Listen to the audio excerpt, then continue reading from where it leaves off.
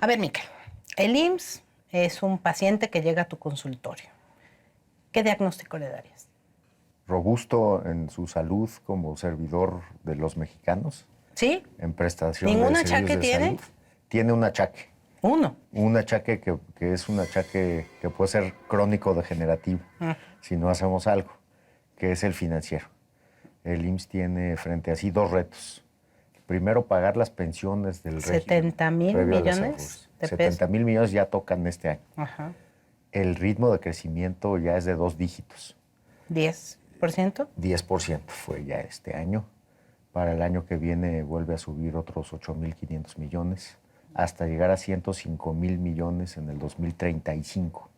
Y es ahí donde tenemos que enfrentar con gran eficiencia en el gasto ese creciente pasivo y esa creciente presión de gasto. Estaba yo leyendo que el 80% del presupuesto del IMSS se va a 4 enfermedades, ¿no? enfermedades. Diabetes, Enfermedades cardiovasculares, Oculares. cáncer de mama y cáncer de próstata. Pero eso es un dato dramático, pero es más dramático que el 80% del presupuesto se va en el 20% de la población. Y eso va a ser incremental, porque no hemos tenido hoy un cambio epidemiológico que nos permita ver en el futuro que eso se reduzca. Más bien, si no hacemos algo específico, integral, eso va a seguir creciendo inercialmente. Porque, y si lo dejamos crecer inercialmente, nos vamos a gastar 350,000 millones de pesos en 2050, que no tenemos. que no tenemos ni vamos a tener, porque el otro problema es el bono demográfico.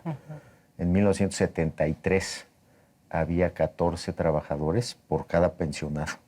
Hoy solamente hay 5. Hay países donde la tasa es negativa, ya en Europa, por ejemplo. Entonces, no va a haber forma de financiar ese crecimiento inercial si no hacemos prevención desde hoy. ¿Y se va a privatizar el IMSS? Qué bueno que me lo preguntes. Es una agenda puramente política. El IMSS hoy es más público y más social que nunca. Y esto se puede evidenciar en muchos datos. Vamos a invertir de aquí a que termine la administración 20,000 millones de pesos en 12 hospitales nuevos y 40 unidades médico-familiares. Oye, pero ¿qué porcentaje de sus servicios son subrogados y a cuánto asciende esto? Porque el argumento va por ahí. Mira, conforme al contrato colectivo de trabajo y conforme a la ley, no existe ninguna posibilidad de que el servicio médico lo dé un privado. Pero, por ejemplo, laboratorios, diálisis, guarderías. Hay una gama de servicios integrales, que se les dice, que son servicios que se prestan al margen del servicio central, que es el otorgamiento del servicio médico. Te voy a dar un dato que se relaciona con lo que platicábamos de la diabetes, la hemodiálisis. La hemodiálisis es darle sobrevida a un paciente que ya perdió la función renal. Tenemos 60,000 en el IMSS y nos gastamos más o menos 8,000 millones de pesos en esos pacientes. Eso se da ciertamente a partir de un contrato que se tiene con un privado, porque en primera no se puede dar hemodiálisis en los hospitales. No está recomendado por la COFEPRIS, no es una buena práctica. O sea, no lo recomendaste tú antes. Exactamente, hay que sacarlo. ¿Por contaminación o sí, ahí es mínima invasión. Entonces, tenerlo en un hospital no necesariamente es la mejor práctica. Otro servicio que se da es el laboratorio clínico. ¿A cuánto asciende esto? ¿Qué porcentaje es? Pues son 8,000 millones de pesos. Lo subrogado. Lo subrogado. Si nosotros tuviésemos ese servicio directo en el hospital, en primera no tendríamos tanta cobertura y segundo nos costaría más o menos el doble. Tenemos que pagar pensiones, tenemos que seguir prestando servicios médicos crecientemente. Son un cúmulo de datos para precisar, para aclararle a la gente que no se deje engañar por charlatanes políticos, porque además no existe ninguna iniciativa, ni de parte del Ejecutivo, ni de parte de legisladores para privatizar. Si existiera de parte de un legislador, el primero en oponerse sería el gobierno de la República. El IMSS tiene actualmente muchos retos para lograr la igualdad. Medidas que antes habían sido pues progresistas para mujeres, ahora resulta que tenemos que replantearlas, como que los hombres sean derechohabientes a guarderías, que actualmente no se puede.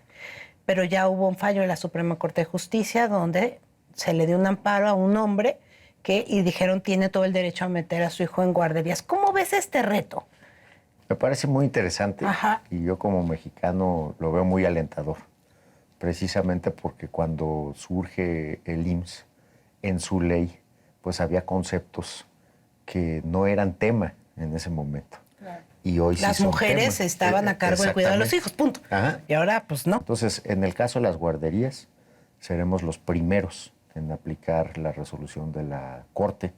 Para este caso. Para pero este caso. ¿abrirla a los demás? Sí, ¿Sería bueno, costosísimo o qué?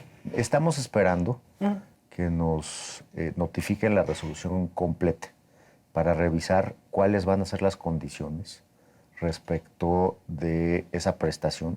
Pero yo lo que asumo es, tenemos una lista de espera, tenemos que financiar más lugares.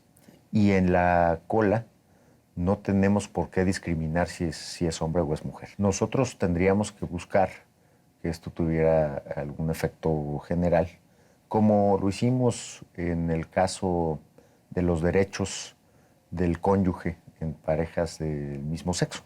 Nosotros aplicamos ya la norma que se obtuvo por vía judicial, por vía de una interpretación de la Constitución de la Corte, y nosotros estamos tratando de la misma forma en los derechos pensionarios, por ejemplo, de la viuda o el viudo de parejas del mismo sexo.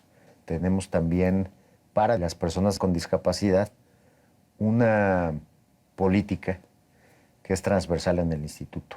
El instituto tiene que ser para todos y las personas con discapacidad tienen que tener el mismo acceso al instituto. Hace poco presentamos nuestra página de internet ya más o menos con 25,000 capacidades, 25,000 entradas, y es accesible, pero en nivel es accesible. A. ¿Cuándo vas Sí, a escalarlo a más accesibilidad? cuando tengamos más capacidad digital. Eso yo creo que va a ocurrir antes de que termine la administración, sin duda. El mismo sitio para todos. Exacto. Trabajadoras del hogar. Hay 2,5 millones más o menos de trabajadoras del hogar, y antes de tu llegada al IMSS, topaba con pared en el IMSS que nos decía no hay dinero. Ya hay pláticas, hay una mesa técnica de trabajo. ¿Cómo va el tema? Siempre es un reto en términos financieros. Sí. Nosotros tenemos poco espacio para abrir el abanico de derechos obligatorios. Existe un régimen voluntario para inscribir los patrones a las Pero no tienen derecho a trabajadoras pensión, domésticas, ¿no? por ejemplo. Solamente es prestación de servicios médicos. No tienen derecho a guardería tampoco. Y yo estoy consciente de eso y creo que hay que empatar esa agenda con las posibilidades que tiene el IMSS en materia de cobertura. Yo sé que es difícil cubrir a todos y que hay una cobija presupuestaria que siempre está jaloneada, pero ¿por qué tanto drama por las 2 millones de trabajadoras del hogar cuando pues se han asegurado en los últimos meses a 5 millones de estudiantes? Casi 6. Casi 6. Y vamos por 7 de aquí a que termine el verano. La historia del tema de los estudiantes es que en los años 80 se emitió un decreto para incorporarlos al régimen voluntario. A finales de los 90 se emitió un decreto para que se incorporaran al régimen obligatorio. Y ahí se financió con una cápita, 1.2 salarios mínimos por estudiante. ¿Y qué ocurrió después de eso? Que los estudiantes nunca supieron que tenían el derecho. Y no lo se ejercían. Lo que se hizo a partir de una instrucción del presidente Peña fue incorporarlos por primera vez con un número de seguridad social propio. Hoy estos jóvenes 5.6 ya lo tienen, y eso implica que ahí van a poder integrar los demás derechos cuando se integren precisamente a la formalidad. ¿Qué implica? Trabajo. Al trabajo. ¿Qué implica también? Que podamos por primera vez en la historia de la salud de México trabajar con esa generación para que no se materialice su riesgo en 20 o 25 años. Entiendo que es muy beneficioso. Sin embargo, no contestaste por qué sí 6 estudiantes y no 2 millones de trabajadoras del hogar.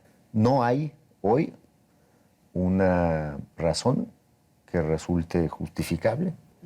lo que hay es un trabajo en la mesa para ir cuidando que ese proceso se dé y sea robusto para que las empleadas domésticas tengan ese derecho como lo tienen todos los demás trabajadores.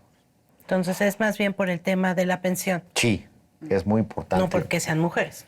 No, bueno, me parece que es circunstancial. Si hay a igual trabajo, si un hombre lo hace, pues igual derecho. Entonces, hay total apertura en el IMSS. Bueno, muy bien. Muchas gracias, Muchas Miquel. gracias, Katy. Muchas gracias. Muchas gracias. No se vayan, entren a nuestra página de internet. Hay más de esta entrevista con Miquel Arriola y los esperamos en Facebook y en Twitter.